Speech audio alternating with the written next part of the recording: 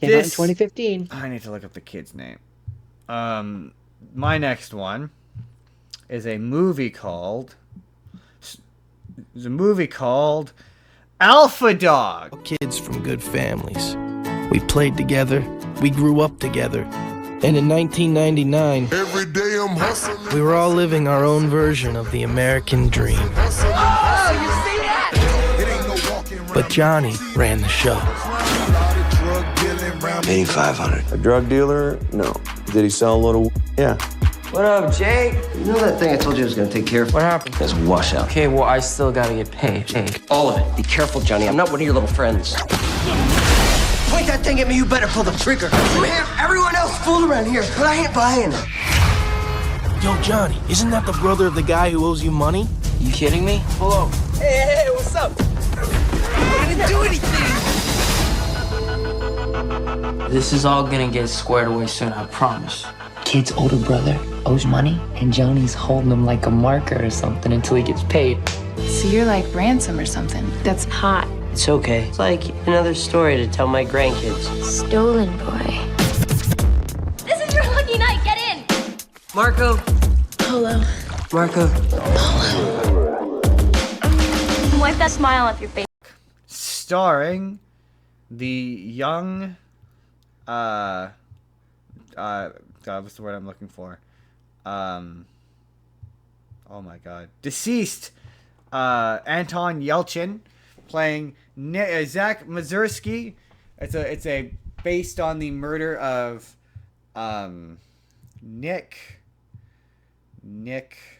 Nicholas Markowitz, based on his murder. It stars Justin Timberlake. It's got Ben Foster and Emile Hirsch.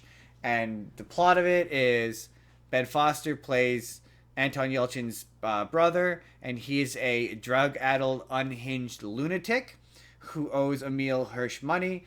This is one of those cases where this happened. This was based on a true story, but all of the names were changed. So the guy who actually did it was named Jesse Hollywood, and in the movie his name gets changed to Johnny Truelove. And so the Anton Yelchin's brother owes money to Johnny Truelove, and he doesn't give him enough, and they get into this massive fight where they beat each other up, and it becomes this feud.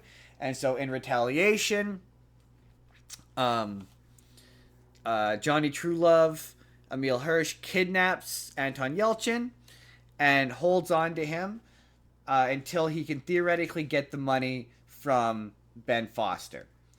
And essentially, kidnapping kind of just like leads to he hangs out with all the associated people around Johnny Truelove, Justin Timberlake. And as they hang out, as they hold on to him, they become attached to him, and ultimately it ends in Anton Yelchin's murder.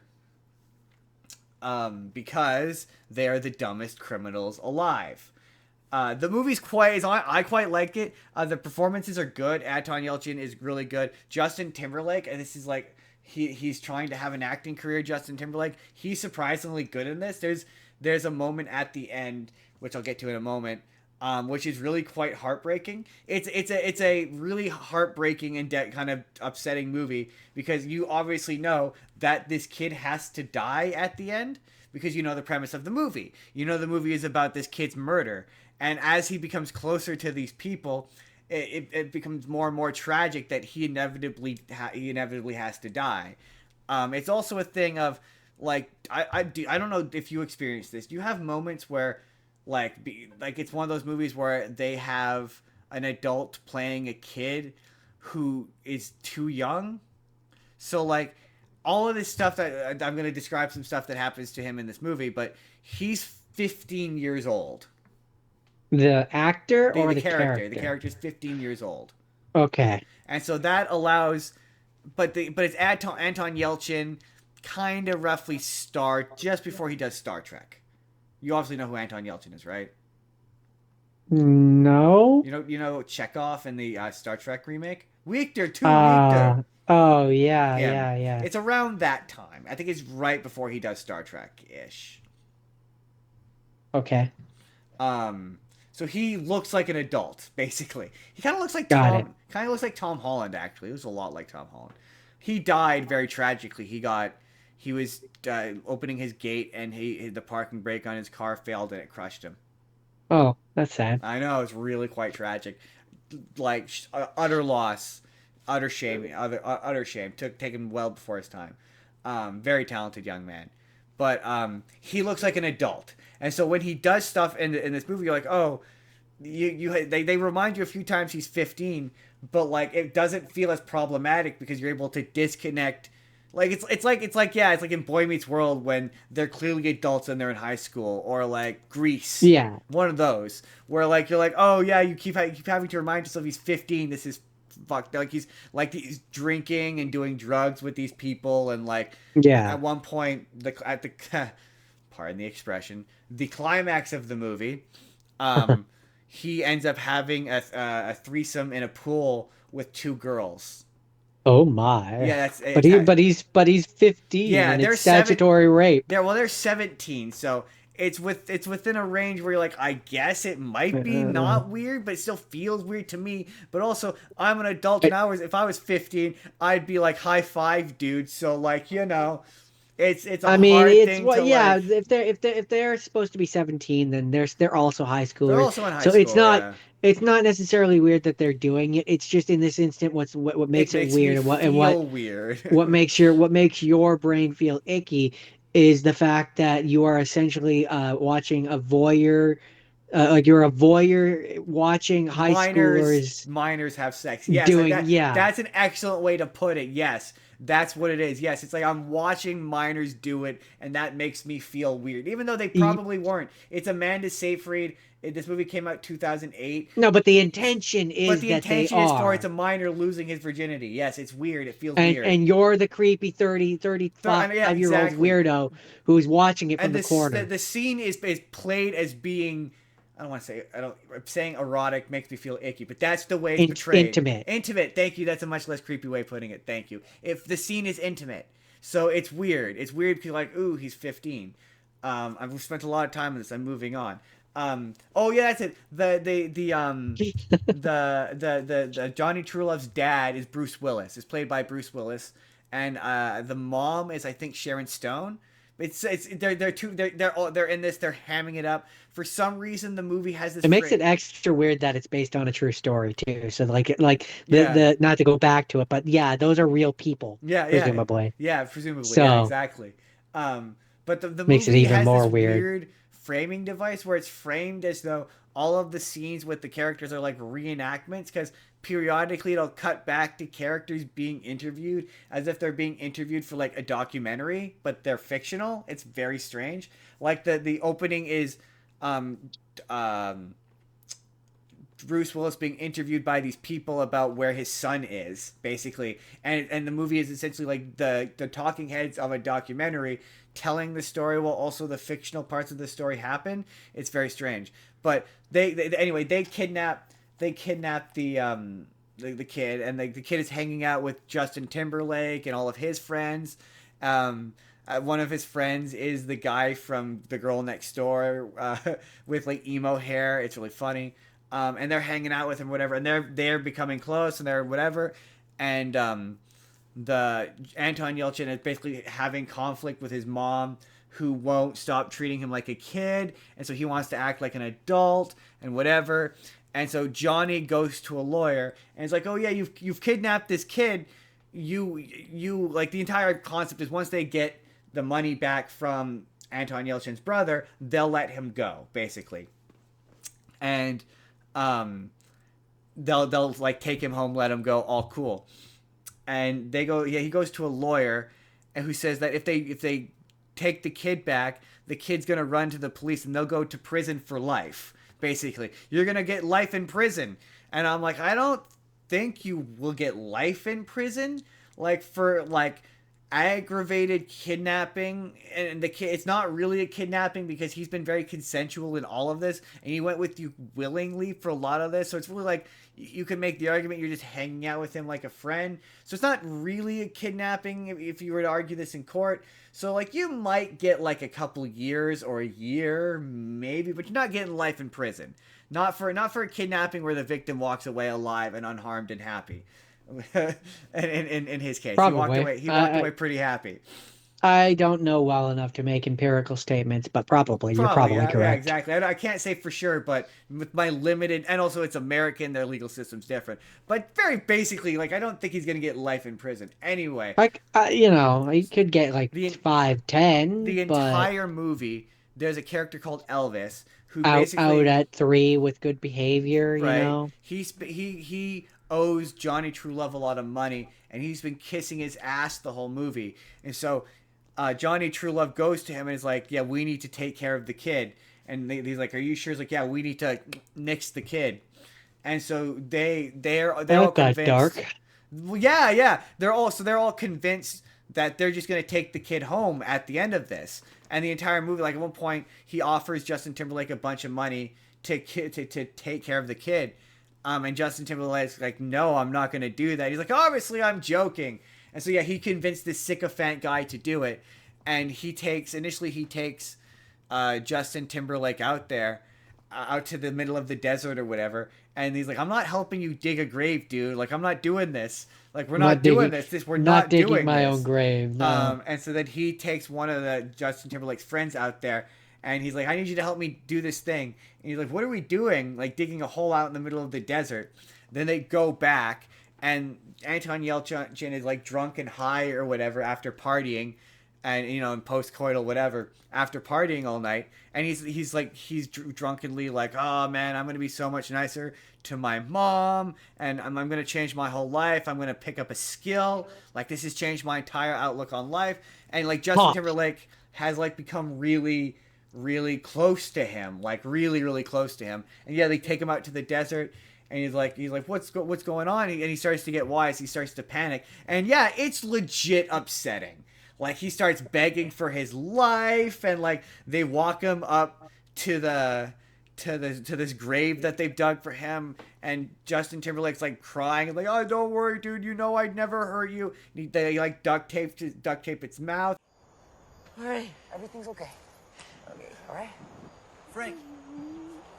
What's the tape for, Frankie? I would never hurt you, Zachy, all right? Okay. I'm gonna have to tape you up. So give me your hands. Oh, okay. Everything's gonna be all right. Hey, I'm your boy. I know. Okay. All right? Everything's okay. Everything's okay. I don't want to die, Frankie. I don't want to die.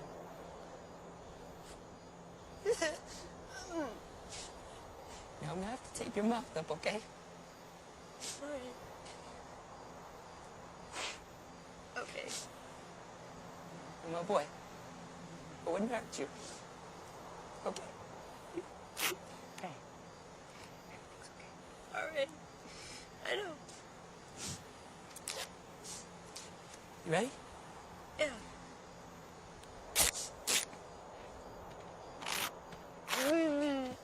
Anton Yelchin's performance is phenomenal. Like, he's so good in this scene of like just the utter terror of this moment. And for some reason, when Johnny Truelove was like, you need to go take care of the kid, he gives Elvis an Uzi. You know, like Elvis, like, No, the character's name is Elvis. But okay, he gives him instead of giving him a pistol, something discreet, he gives him an Uzi, a machine gun. Uzi's like this by like this. It's like about this big. It's like a decent sized gun, but it's like a little machine gun. It's not subtle. No, so he shoots the kid and he goes.